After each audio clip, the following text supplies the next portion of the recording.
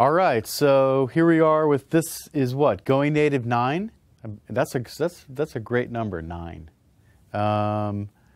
Unfortunately, Diego's not with us today. He has some other things to do, so you're stuck with me again, but I'll keep it short. Constructor, short, and sweet. I wanted to first say, if you haven't watched the great sessions that we have on C9, covering the C++ event for developing Windows 8 Metro-style apps, I highly recommend it.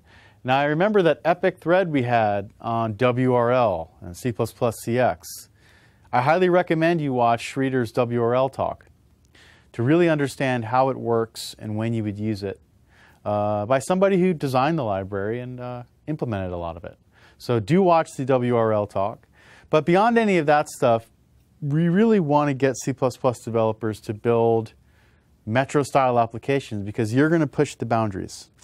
You're going to do sort of the apex of what can be done, in my opinion, especially when you combine XAML and DirectX. And push the envelope. So go ahead and start trying that. The other talk, of course, from there that I highly recommend is the XAML plus DirectX experience.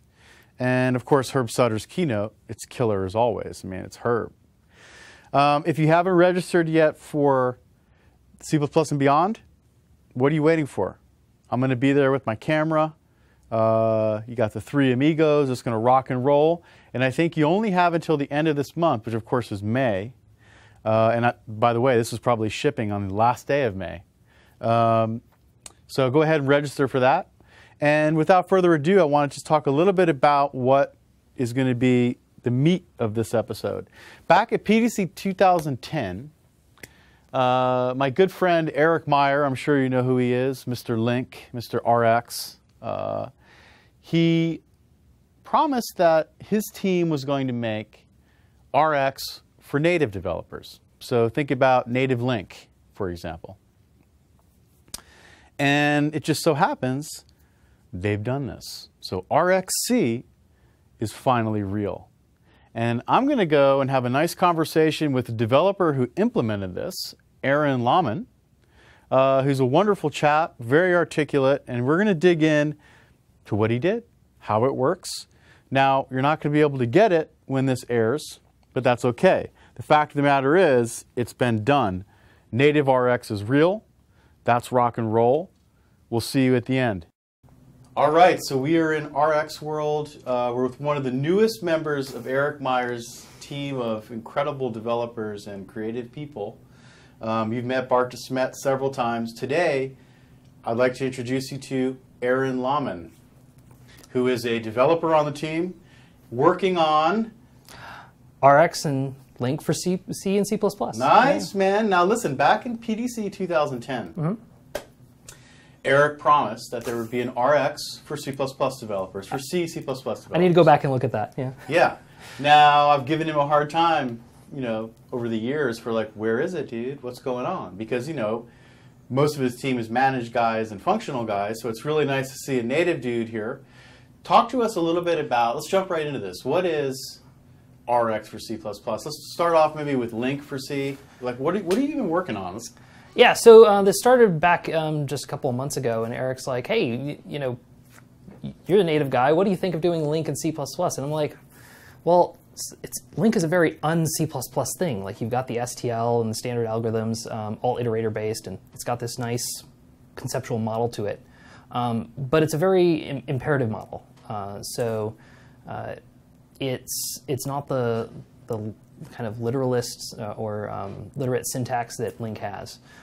So I'm like, no. Well, if you do this and then you do that, and from there we just kind of float out until we had something that I think at least is kind of very C++-ish. It's got the native feel, value passing instead of giant heap objects everywhere, inlineable, template-based. I look through the generated code, and oh look, the compiler did this cool little optimization trick. I didn't even know it was going to do that. Nice. Effect. But at the same time, it still looks a lot like LINQ. So you've got that literate style, and you've got C++ 11 lambdas. Great. And the two just kind of mix pretty nicely now.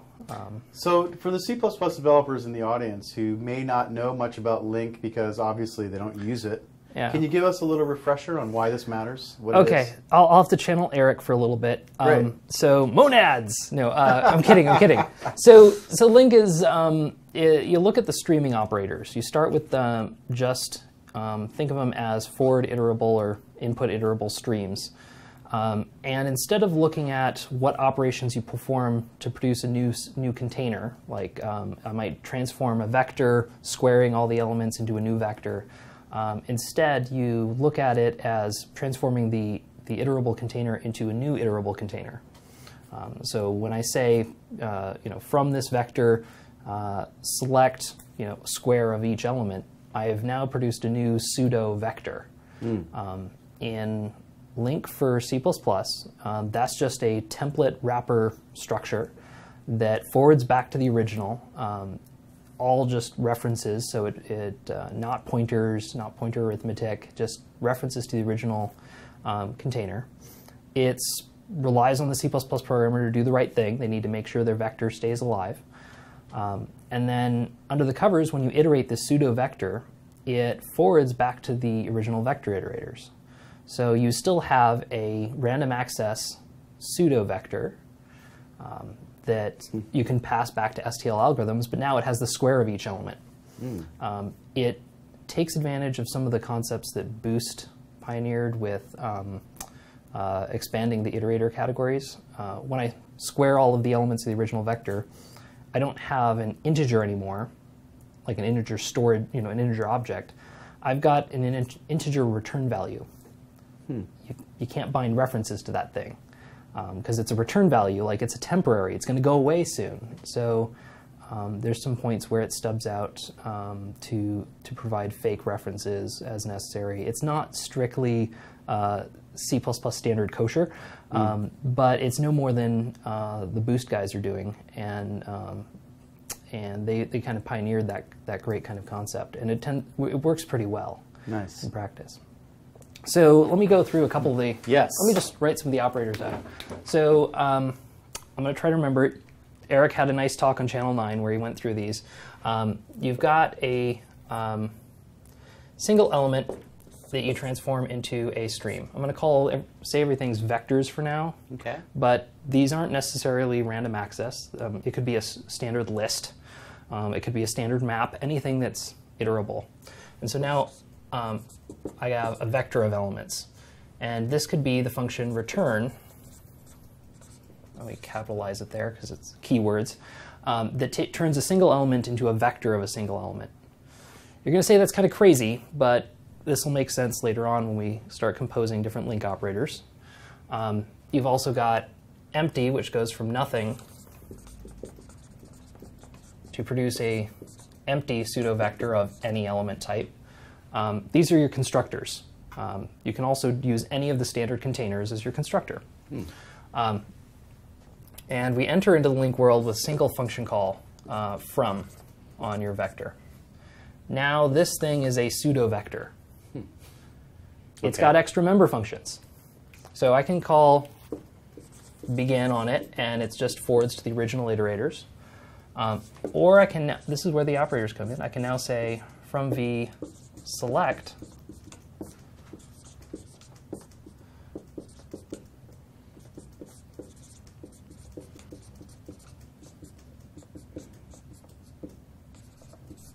and now I've got a pseudo-vector of squared integers. By returning a value here, this is our value, I think. By returning a value here instead of a reference, I've gone from a pseudo-vector of integer objects to a pseudo-vector of integer values. I can no longer take the address of this thing, because the compiler will complain to me, you cannot take an address of a temporary, things like that. So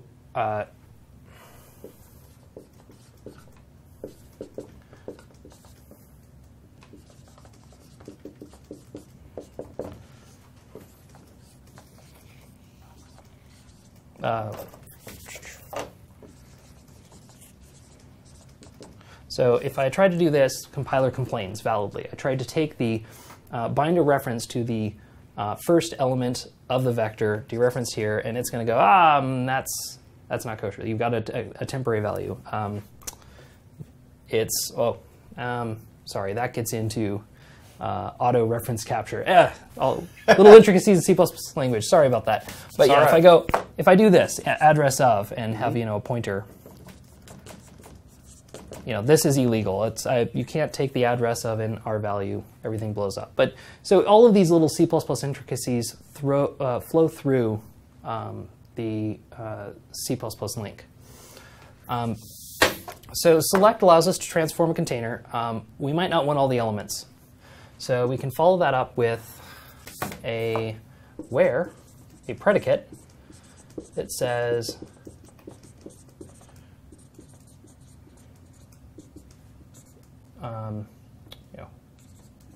all the values greater than 3. And select out some of the elements. So now we have a sequence that has fewer elements. Great. We've lost our random access, though. Because if I have the sequence 1, 2, 3, 4, 5, this is going to produce, at offsets 0, 1, 2, 3, 4. The output sequence is going to be 4, 5. Like there's no longer a correspondence between the input sequence indexes and the output sequence indexes. So we squared the thing, keeping those correspondences. The element to 0 corresponds to element 0 here, and then we lose it when we do that where clause.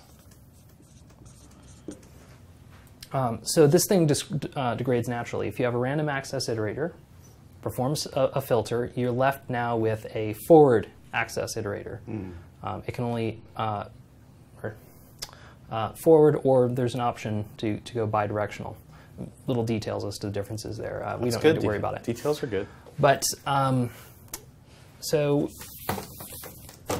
these are kind of very simple query operations. That might be enough for you, depending on what you're doing. But then we start getting into the power of LINQ, where I can start doing kind of join operations between different sets. And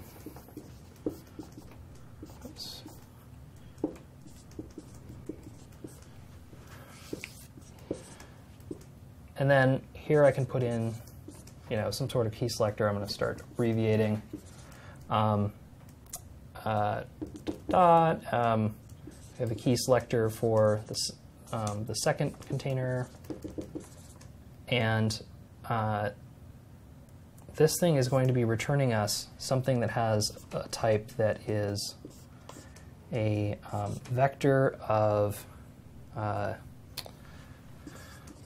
pair E1, E2. Whatever the type of this guy's elements, where the keys that we selected from those elements, like say we use the first letter of a string, where those keys equal, return me all of the inner product pairs of elements with equal keys from each set. This thing returns you a sequence that maintains a lot of state. An iterator in this thing actually has a position in which input, where it is in the left input stream, where it is in the right input stream, and a cache of where to backtrack to when we finish a particular set of matches. This operator can either be execute immediately, building a large dictionary, and then giving you iterations out of those. Or it can be on the fly, generating more keys as you iterate forward. Right now, we only have the ahead of time, the immediate mode. So what this goes and does is creates a hash table, takes a shared pointer to it, and then gives you an iterator that wraps accessing elements to that hash table, grabbing the original iterators back and producing pairs of them. So if I have here a pseudo vector that has element references, so like a vector gives me the ability to address individual objects in it, not just their values, then I will actually get out of here a pair. This guy's E2 reference. I'll actually get pairs of references to these guys, so that I can go and modify if I want the original elements. Great. Again, this is a very C++-like facility of taking an iterator and using it to modify the original container instead of just reading it. There are also higher order operations. Group by gives you a iterator of iterators or ranges of ranges of elements where you've taken subsets that all share the same key from the original container and are viewing those. So why don't we pull up some of the code? Yes, but let me ask you a question now. Yeah. So, or make sort of a, add a statement on top of this. In some sense, link to objects is what we're talking about here. Yeah. And the beautiful thing is that, I mean, when we first started doing LINQ, releasing it out in the wild, the whole thing was there's an impedance mismatch between programming data and, writing imperative code or writing the code you're used to writing. And so this is great to see for C++. I just wanted to throw that out there. Yeah. Because, we do live in a world of data and a world of objects and collections of objects. This is a beautiful syntax to use, a pattern to use, in my opinion, for dealing in this world of objects and data. So whatever. Yep. I just wanted to throw that out there. So thank you for doing this, man. Yep. And just one other fun feature I want to point out here on the whiteboard is, so we've got these wrappers, and these are all member functions, and I can hear some of the people in the audience screaming, oh no, because they're member functions, you can't overload them. Like, what if I have a database connection and want to do that whole link to databases? Select is now going to try to return me iterators. No, I want it to push a query out there. We're working on that. What this guy does is, like I said, it gives you a pseudo vector. It gives you something that's pseudo iterable. And the way that it does that is the select operator actually goes and forwards, uses the type inference that's available in C++11 to forward to a free function LINQ_select. And we've got definitions of that overload a couple of overloads for different iterator types. It goes and looks at the thing and looks to see if it has iterators, begin and end, and it creates iterators that have this. It clones the traits of those iterators. Okay. But if the thing doesn't have iterators, if begin and end don't return iterators, the template matches will fail. And select, you'll get when you go to compile it, if you try to call from int select, it'll fail and say no template overload of LINQ_select was found that matched. This is kind of like extension methods in C#. It uses argument-dependent lookup to figure out which overload of select to use.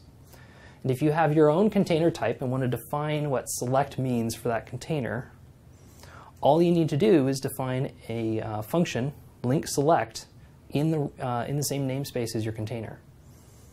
It'll automatically pick that up and produce pseudo iterators that match your iterators. Awesome. Or you don't even need to use iterators at all. Like whatever begin and end return, it can forward to those. Or it can the original container can just hold your, whatever your LINQ_select returned, hold it in that pseudo container to forward to more of your own operators. If you don't have iterators, begin and end on the result won't work, but you'll be able to get the result back out. Excellent. Now, one last quick thing before we look at code. I want to keep on the implementation side because it's interesting. Clearly, you mentioned you're using Lambda, so you're using modern C++. What else are you using in your implementation? The implementation doesn't actually use Lambdas at all. Okay. We've got a couple of placeholders in there because you can write select many or use select many to write group bys and joins and the like. And we've got some placeholders there just to kind of speed the work along. But each of the individual operators instead just creates function objects that maintain the right state. Lambdas are for the user to use. Understood. So you can put whatever function object you want here. A function pointer, a normal functor that you can create by hand in C++. Anything will work there as long as it is copy or move constructible and implements the operator function call. Okay. And of course, this is all template-based. Yep. And are you doing anything with the modern move semantics, right? R value references? Yeah, so internally, we try to use move wherever possible. So if we have a value that's coming in and we need to store a copy of it, but the user doesn't necessarily need to, like with the Lambda, we automatically detect whether or not it's move constructible and pull the value across. Great. Thank you. Awesome. All right, let's look at code, man. All right, so we've got here a sample from Project Euler, one of my favorite little sample sites. It's got a bunch of little math problems for you. Great for demoing any kind of programming language, tools, etc. So we got to find the greatest product of 5 consecutive digits in a 1,000-digit number. So if we were to grab like these 5 digits, count to 5, it starts with 0. 0 times anything is going to be 0. That's not a good candidate. But 1 times 9 is 9, times 2, 18, etc. Find the largest such product, big number. So first, this is C++, so I'm going to use a little bit of pointer magic to save me some time.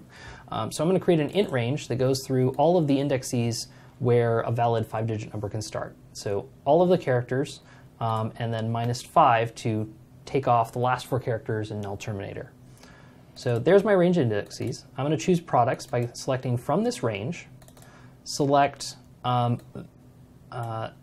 the char array plus that offset. That's going to give me a char star into the array starting at a 5-digit number.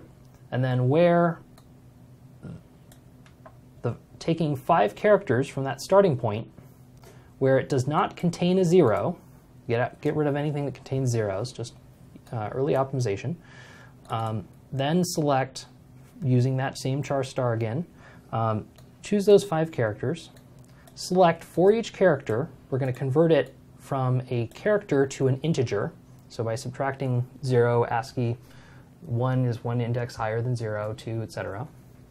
And then aggregate, I'm going to take that sequence of numbers that I've got now, the digits, and take the product of that sequence. This guy will then return an integer selected from that range. If I also wanted to remember where it was, I could return a pair that was the char star and the product. And then I just used the LINQ operator max to find the biggest one. Nice. Likewise, if I use the pair, I could put a selector in there that grabbed the second element of the pair, find the biggest second element of the pair. And we print out the result. Let's see if I can run this guy here for you. So we go retail, sample, here we go. Oh, wrong sample. All right.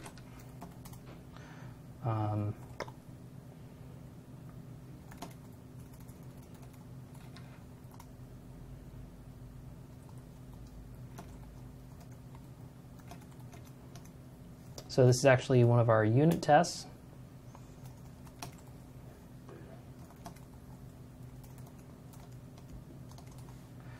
And we've got our result right here, 4,824, which I checked was right. 40,000. Or 40,000, yeah, 40,824. You did check that that's right. Right on. Yeah. That was fast. So yeah, it's well, you didn't even see it go by because it's so fast.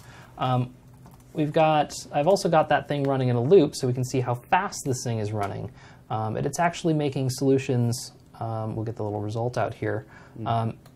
Nearly 8,000 solutions a second using that LINQ library. And of course, each time it's going through, it's actually doing 5 passes of approximately 1,000 elements. Sure. So we're doing hundreds of millions of operations here. And you're still not done optimizing your library, right? Correct. And so I've gone through this. There's a couple of places where we're not hitting the optimizer just right, so we're tweaking that a bit. Especially around whenever you get pointers involved. C++ hates pointers because the compiler has to assume the worst. Like maybe it's null, maybe it's the same object, maybe it's a different one. So we're working out those little kinks. But I compared this number against the same code written in C# using string buffers and indexes instead of pointers so that we don't make any copies. And this guy ran about 4 times faster. Of course. Right on.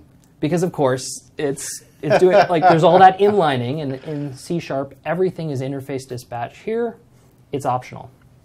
So we've got 2 modes. There's an operator you can explicitly invoke on any of these virtual vectors that'll convert it from that giant templated thing of virtual vector of select of some lambda of some where of some lambda of some original container, and convert that into virtual or pseudo vector of interface.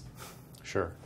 And then you take the virtual dispatch, but get much more compact code gen. Now, in C#, of course, you could do this in an unsafe block and play around with pointers directly. You could, but you still don't have templates. Of course not. That's true. You have generics, but not the template kind. Not the compile time kind. Understood. Rock and roll, man. All right. So yeah, the wrong demo I pulled up. Let's do that guy. So let me just show you the program first. We've got let's see. We had a sample file data.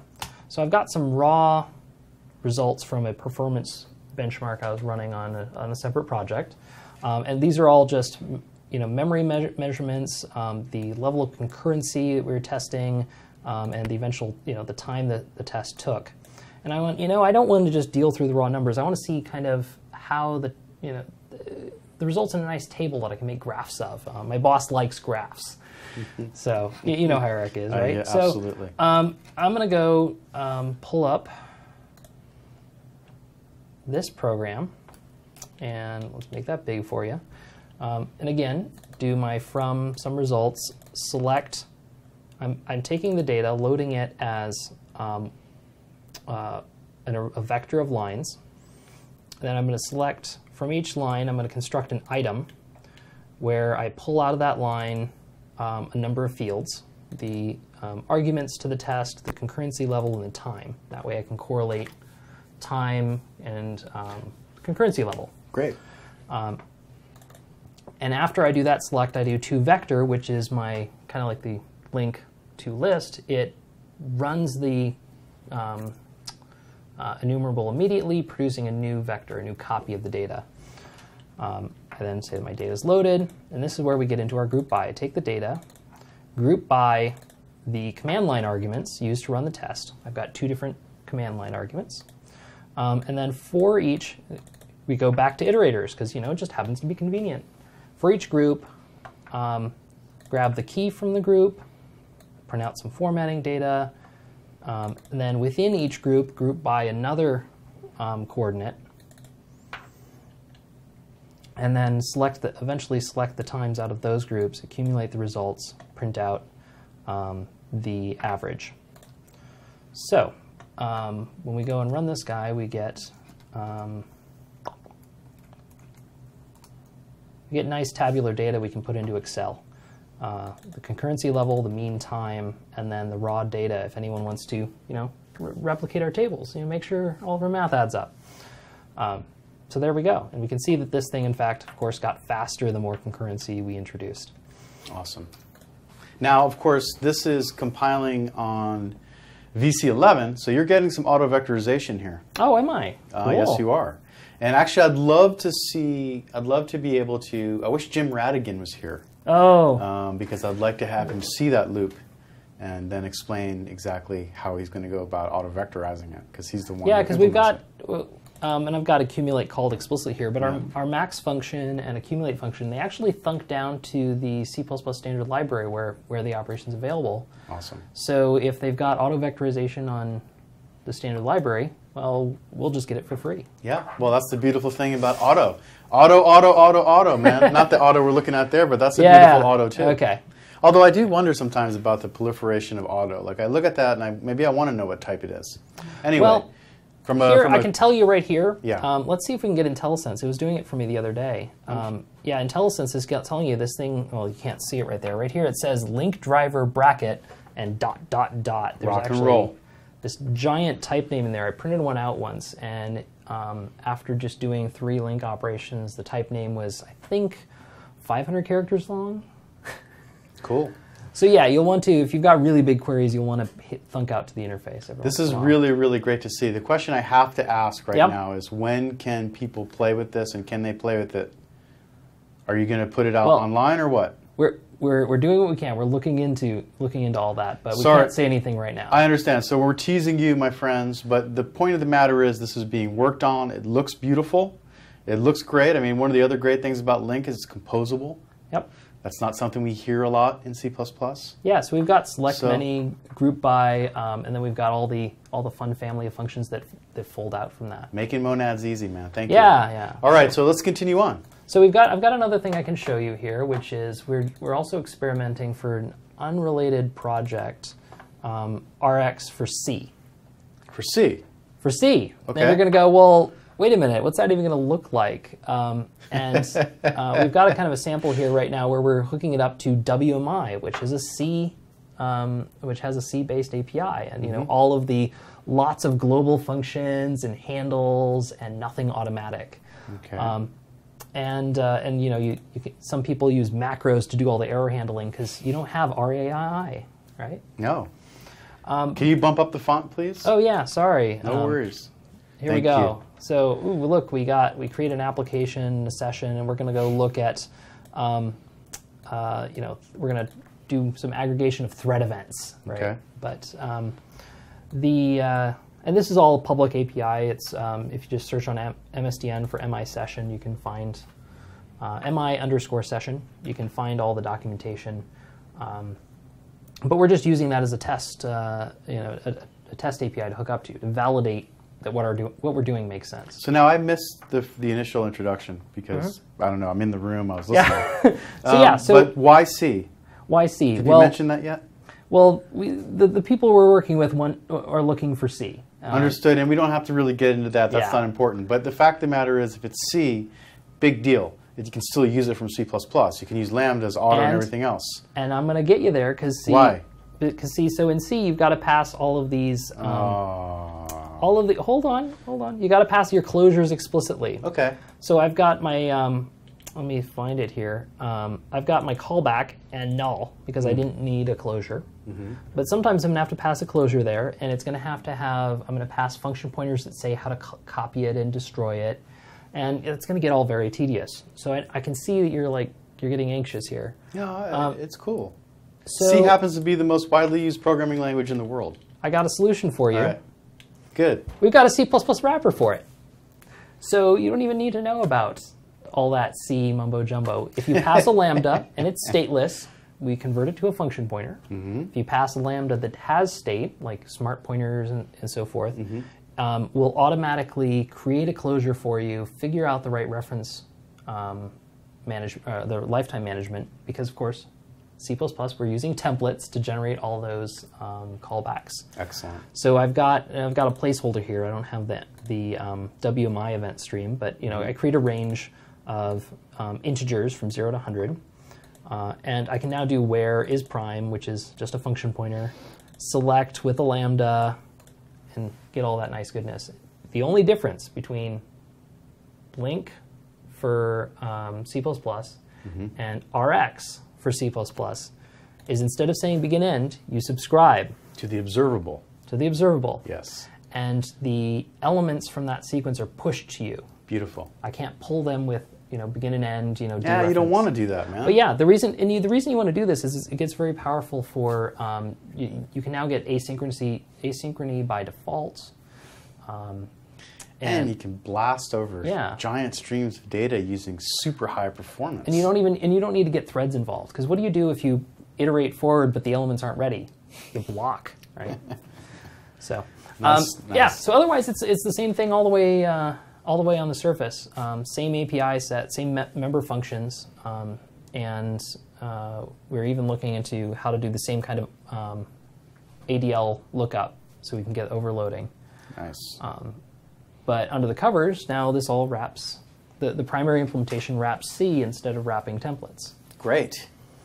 So, if it's not clear enough out there, people watching, you get RX for C, C++, and of course, because underneath all of that you have LINQ, you have to have LINQ operators, you have to have LINQ semantics. Beautiful, man. I can't wait to play with this. It looks great. It looks nice. I'm really eager to hear too what people think of RX and LINQ for C, because we've got a couple people interested, but I actually have very little knowledge about what C programming looks like these days. Because so many people say, "Oh, I program in C and C++." They mean C++. Sure.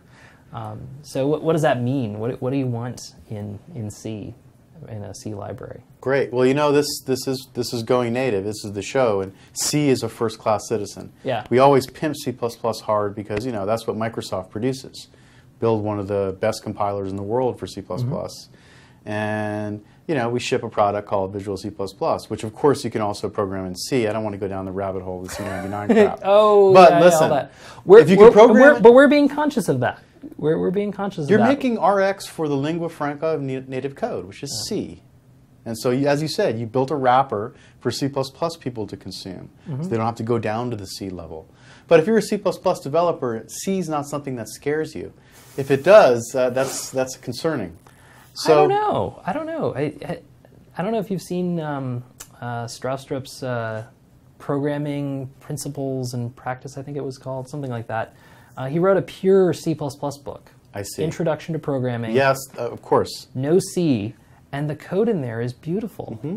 And I have to say, if that's how I had learned C++, I wouldn't stand a chance in C, because there's just so much the language does for you. Absolutely. And so I wouldn't have been prepared.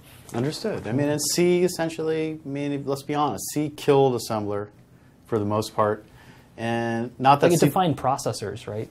There you go. So, I mean, look, modern C++ is definitely the highest level native code has been in a while.